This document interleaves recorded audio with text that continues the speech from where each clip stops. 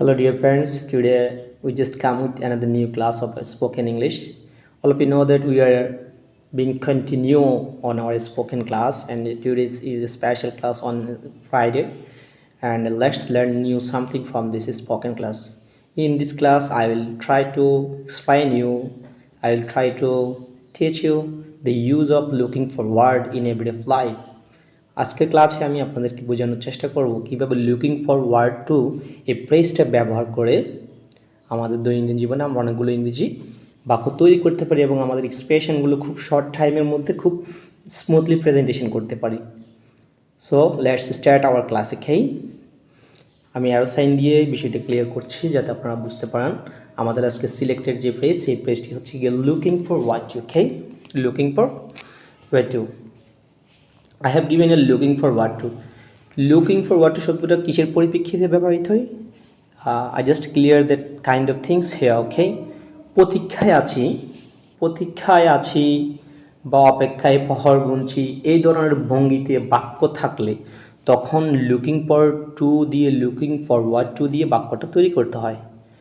আমরা জীবনে অনেক কিছুর প্রতীক্ষায় থাকি, অপেক্ষার প্রহর গুনি, দেন খুব আগ্রহ নিয়ে এটা প্রেজেন্টও হইতে পারে বা অতীতকালেও হইতে পারে। ওকে, so the stance structure will be is like this. I have given here by giving the green color. All of you are now looking that here. Okay,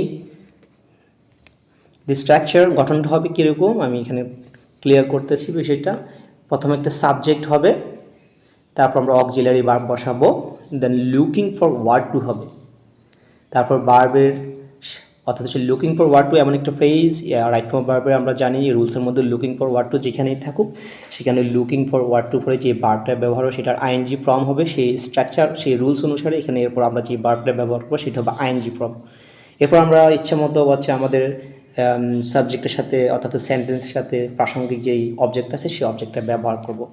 I think this is clear to all of you. Okay, now try to understand the examples. Okay, here we are seeing some examples here.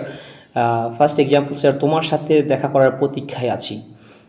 তোমার সাথে দেখা করার প্রতীক্ষায় আছি, আমি যদি বাক্যটাকে ইংরেজি করতে যাই তাহলে কি হবে? তবে যে I am looking forward to meeting you, I am looking forward to meeting you. আবার নেক্সট যেটা দিয়েছি সেটা হচ্ছে আমি বাড়ি যাওয়ার অপেক্ষায় প্রহর গুনছি। আমি বাড়ি যাওয়ার অপেক্ষায় প্রহর গুনছি। তো এই সেন্টেন্সটাকে আমরা যখন ইংরেজিতে করবো সেই ক্ষেত্রে কী হবে? I am looking forward two going home, I am looking forward two going home. The another examples here, আমি তোমার কল পাওয়ার প্রতীক্ষায় ছিলাম।